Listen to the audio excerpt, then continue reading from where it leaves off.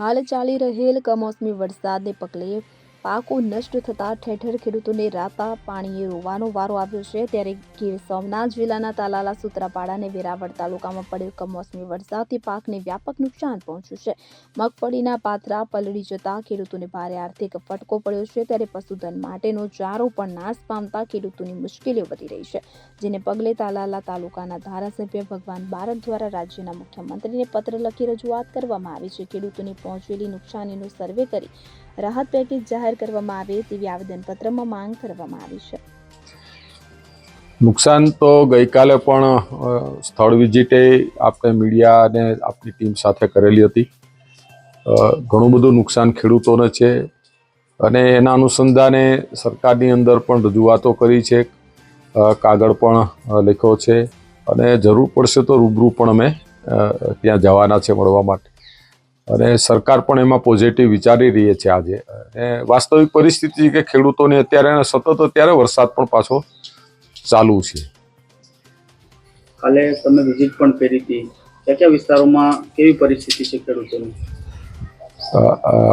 ગઈકાલે આપણે ત્યાં સુત્રાપાડા, વડોદરા ઝાલા, પસનાવડા, ધામડેજ, કંજોતર, સોડાજ, લોઢવા, આ બધા વિસ્તાર, વાવડી, આ બધા વિસ્તારોની આપણે ત્યાં મુલાકાત કરેલી ગઈકાલે। અને ખેતરોમાં પાણી પણ ભર્યા છે, પાથરાઓ પણ પાણીની અંદર છે, એટલે મગફળી પણ રહેવાની નથી અને ખેડૂતોનો ચારો તો બધાનો ખરાબ થઈ ગયો છે।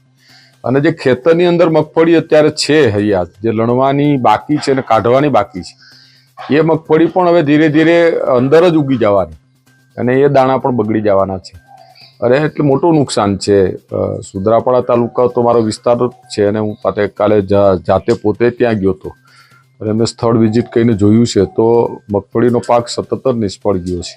પણ સમગ્ર ગીર સોમનાથ જિલ્લામાં પણ ગઈકાલથી વરસાદનું પ્રમાણ થોડું વધ્યું છે, તો દરેક જગ્યાએ એમનું સર્વે તાત્કાલિક કરાવી અને યોગ્ય વળતર તાત્કાલિક ખેડૂતોને મળે તો શું છે કે એનાથી શિયાળુ પાકનું આયોજન કરી શકે, બિયારણ પણ લેવું હોય તો લઈ શકે। તો એના માટેની સરકારમાં જ્યાં જરૂર પડે છે ત્યાં રજૂઆતો કરી છે, જરૂર પડશે તો રૂબરૂ જઈને પણ રજૂઆતો કરવાના છે। દીપક જોશી સાથે સેન 24 ન્યૂઝ, ગીર સોમનાથ। હવે જુઓ દેશ દુનિયાની તમામ ખબરો તમારી આંગળીના ટેરવે। ઉઠાવો મોબાઈલ અને ગૂગલ પ્લે સ્ટોર પરથી ડાઉનલોડ કરો અમારી CN24 ન્યૂઝ મોબાઈલ એપ।